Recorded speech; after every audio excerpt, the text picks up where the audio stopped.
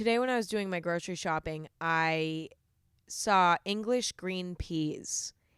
And I cannot remember the last time I ate a green pea, but for some reason they inspired me. And recently I've been in a little cooking phase of my life. For the first time in my life, I actually think that I get it when it comes to cooking. Like, I actually think I get it now. I think I understand what the hype is all about. I think I get why the grandmas are so into this shit. You know what I mean? I think I understand why people enjoy cooking. And I've tried to enjoy it in the past, and I've always found it far too tedious and really not that rewarding, if I'm being honest. I always found that going to a restaurant was more rewarding. And although I still love going to a restaurant, don't get me wrong, love it.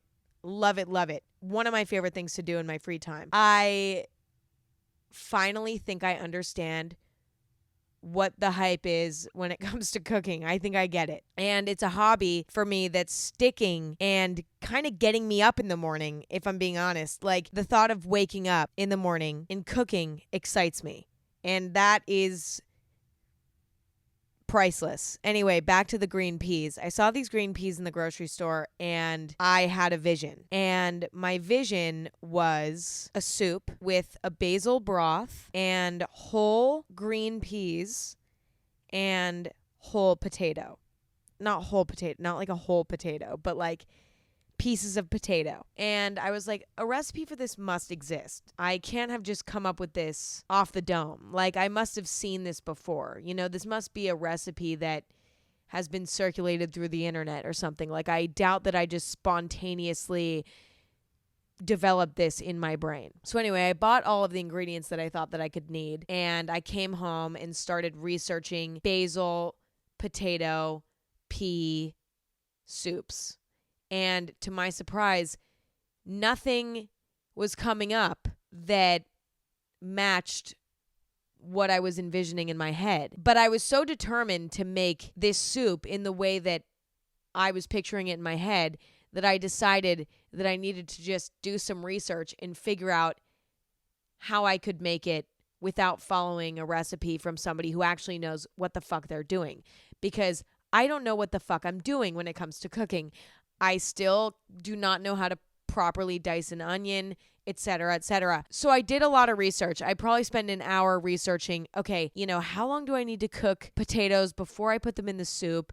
Do I cook them in the soup from start to finish, or do I boil the potatoes before I put them in the soup? Like, what the fuck's going on here? How do I do this so that I don't fail and hate myself? Because there's nothing I hate more than wasting food. And if I make food that tastes really bad and is inedible, then I get really angry at myself because I hate wasting food and I think it's a terrible thing to do. And I avoid it at all costs. And that means that I actually do frequently eat foods that are burnt and or cooked improperly in order to not waste them. And that has caused me stomach pain, etc. Anyway, after all my research, I wrote out a pretty basic plan as to how I was going to make this soup. So the first thing I decided to do was to boil some peas and boil some potatoes. And based on my research, I found that boiling peas only takes about a minute or two, and boiling potatoes only takes about 15 to 20 minutes. So I boiled those for around that amount of time. Did I set a timer? Sure, I did. But the timer went off, and then I stopped it, and then I forgot to take things off the heat. Who knows how long I boiled them. Next, I did some chopping of shallot, and my shallots looked a little bit funky. I honestly thought that they were a little bit moldy, so I kept smelling them to make sure that they weren't moldy. I don't really know what this unknown gray substance is that's around the shallot, but it was the only shallot I had, so I kind of had to make do with what I had. After chopping these terribly, I threw them into a large pot over medium-low heat. Something that I'm just now learning when it comes to cooking is the importance of cooking on a lower heat. Like, I used to think that I just needed to cook everything on high heat, and like that was my path to success. But I'm learning that cooking things low and slow is really effective. Being patient, yes, it might be tempting to turn your heat up all the way when you're cooking something, but that's not good. It's not good. You don't have as much control, and it's just a mess. I finally learned how to cook eggs properly. I used to cook my eggs on high heat, and just now, recently, I learned how to make perfect scrambled eggs and a perfect fried egg, not burnt, even though I don't really mind the flavor of a burnt egg. I don't. But cooking things on a lower temperature is really important. Anyway, so I cooked the shallot over medium-low heat, and then I added some garlic for the last, say, 2 minutes of cooking that shallot. All of that went well. My kitchen started to smell very fragrant, which was exciting. My hands reeked of garlic and shallot, which used to really bug me. Like, it used to make me not want to cook with onion, garlic, shallot because I was so annoyed with how my hands would smell. But now I'm learning to kind of appreciate when my hands smell like food. You know what I mean? This might be kind of disgusting, but it's like, it's not like it's a bad smell. Like, it's yummy. Like, like, I don't know. And before you go and call me a freak, you love onion and garlic. Yes, I'm talking to you. You love onion and garlic. You might not even know that you love it. But when you go to your favorite restaurant, I can guarantee the best tasting dish on the table probably has a shit ton of onion and garlic in it. Even though the smell is a little weird, it's still yummy. And sometimes I itch my armpit and cut a shallot within the same hour.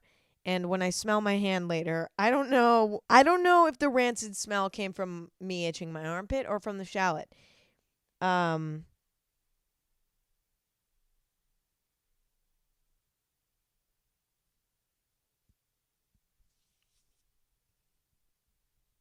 Anyway, so after that, I added 6 cups of water. I added in a teaspoon of salt and a half teaspoon of pepper. I added about 3 tablespoons of this vegetable bouillon, which was kind of intimidating to me because buying a pre-made bouillon, which is basically all of the delicious flavors of a stock packed into a paste so that you can mix it into water and then it flavors the water for soup.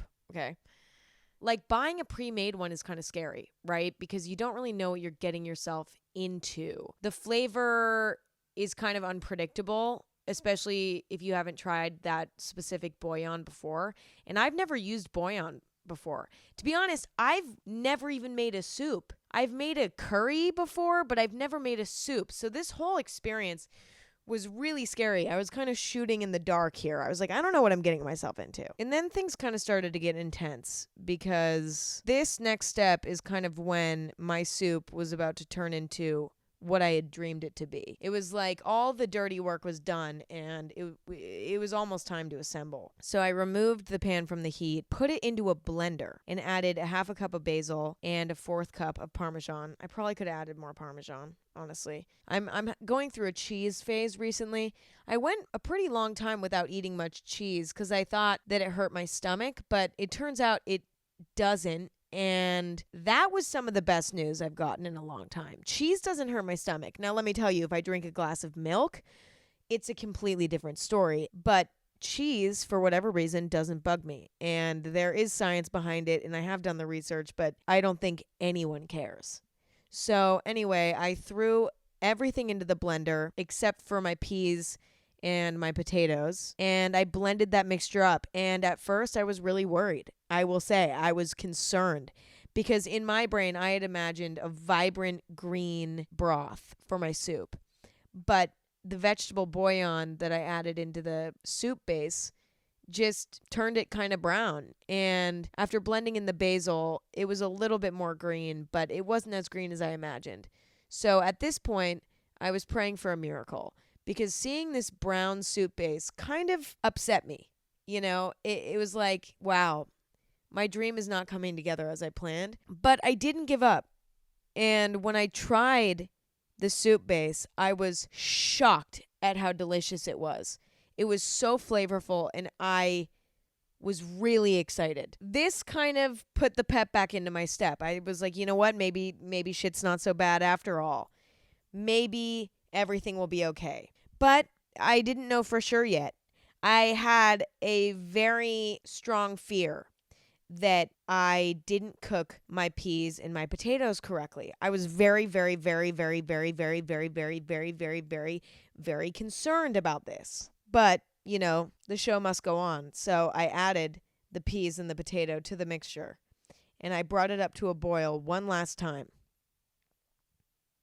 And that was the end of the soup. The soup was done.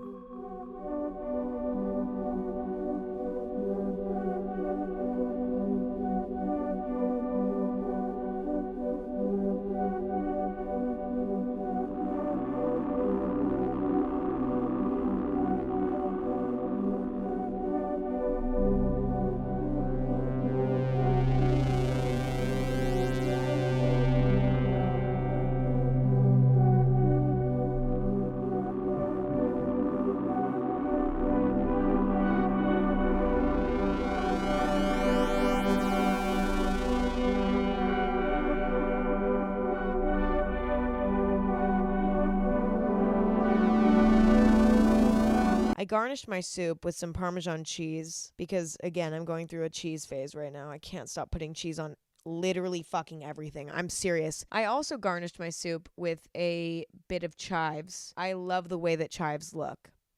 I just think that they're so beautiful when they're finely chopped. They're like little tiny green circles. And I just think that they look great.